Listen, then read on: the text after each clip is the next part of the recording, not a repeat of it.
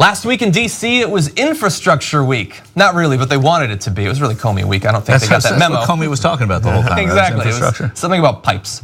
But no, Trump wanted it to be infrastructure week. He had his plan for infrastructure. And so the way things normally go on TYT, I would go through that plan, I'd make a bunch of graphics, breaking down all the specifics, the stats, the quotes and all that.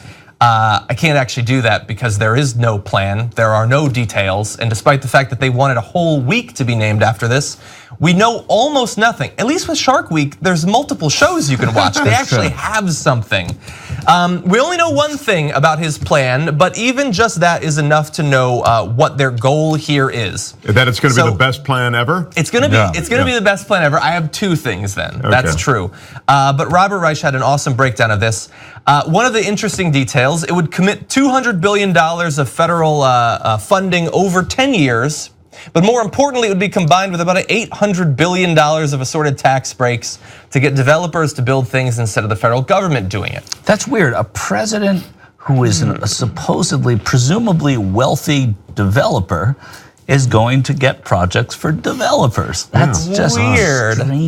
Strange By the way, stuff. just as an aside, all those roads and bridges that you've seen that really were in pretty good shape when they were first built, but now have kind of fallen into disrepair, they were built by the government, weren't they? Yeah, many of them were. It's not as though I know we go, well, the government will screw it up. Well, we have one of the best highway systems in the world, and it was built by the government, and it gave a lot of people jobs. So didn't mean to get off ahead of ourselves. Yeah, look, that was all well and good, but let's give Eric Trump a chance, see what he can build.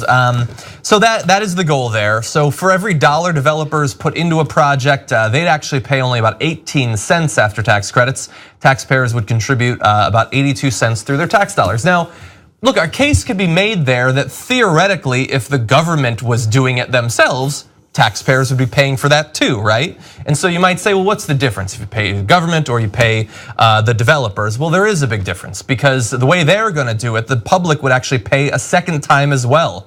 The developers would in the end own the roads and bridges and other pieces of infrastructure they finance. They'd then, of course, charge members of the public tolls and fees to use them.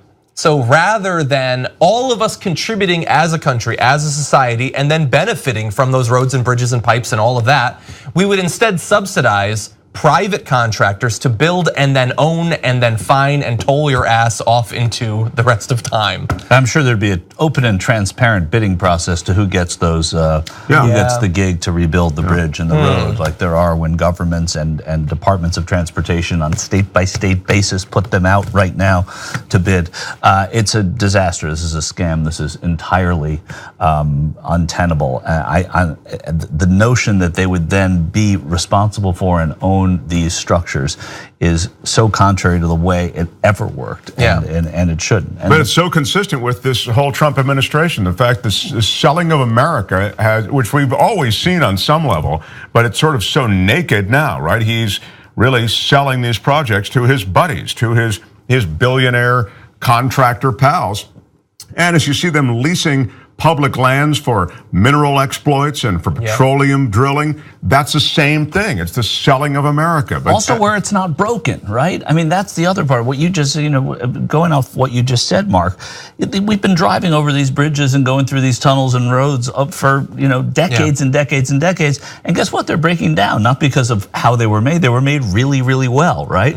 So that's what you do again, and that's the way it works. And so privatizing it is only going to get, and look, I mean, you say privatizing, look at the air traffic control. Air safety in America is extraordinarily good, right? US, commercial air traffic is unbelievable the way they work. Now Trump wants to privatize it. There are problems with it, but this guy thinks that a problem is only solved by getting someone else rich and by privatizing an industry. That's what he wants to do with infrastructure. He wants to do with the air traffic controllers. It's a reflex. It's a knee-jerk reaction. And just as an aside, the maintenance of the roads, which is really what we need. A lot of this stuff just needs sort of something it's deferred maintenance is what's happened. Do it with private prisoners. They don't. There's not enough as much money in that. They're going to want to build new roads. Their new construction is where the money is for these guys. So it doesn't even address the real needs of this country. Yeah, and look, maybe there are some places where theoretically they could do some sort of major development, like an area like I know Austin's highway system absolutely sucks. It cannot accommodate the number of people there. So theoretically, maybe you need some additional roads or something like that. But a lot of these bridges and roads, like you say, just need to be maintained. But if you have a private contractor do it, then they can spend a little bit of money. It's already built, okay? The vast majority of the work is already done, except that they get to turn it over to a toll road. And we've had this problem for a while in America where, look, some states and local governments desperately need money. And so they bond out these roads and stuff like that. They give them these 50, 100-year leases on these private roads. But a lot of the times it's just short-sighted or it's local or state level corruption, but it's been haphazard and slow. This takes out you could just in one fell swoop, you can do that to the entire country. Have you lived in an area where a road has been converted over to tolls? It's horrible, especially in California where you don't even actually pay. You have to remember to go on a website and pay later on, which is absolutely horrendous. That's a tangent perhaps. No, it's not a tangent, that's accurate because who's getting the penalty money? Who's getting, yeah, they want you to forget so they can charge you even more. So it's not a tangent at all. It's part of the same kind of scam that everybody's falling for. And if production and productivity, not production, is one of the aims of America, right, to moving America forward, making it great again. What does this do? It sends the rich people on the roads or the people that want to pay to get out of it, not just rich people on the toll roads. And then the traffic is complicated on all other roads. Yeah. So the expeditious moving from point A to point B is harm, but people are making money. It sounds like a sort of a basic argument, but it's actually true. It was borne out here in California that the traffic increased on the roads that didn't have the tolls, where they thought it was going to separate it and make people move faster. It's not. It's a bad thing. Yeah, and so I'm glad that you brought up the class component because of course we can't miss that. If you have just raw tax money pay for the maintenance, then theoretically a person who's paying a lot more in taxes is paying a greater absolute amount of money. But if you instead subsidize it by each individual human paying every time they use this, then that's inherently regressive. And the people who, the huge amount of poor or middle class Americans who have to use those roads every day just to get to work and home, they are going to be paying a larger percentage of their income than having the rich contribute in the way we've always expected in America's past. Membership helps fund the Young Turks. You know one great thing about that? That means we're not accountable to anyone but you guys.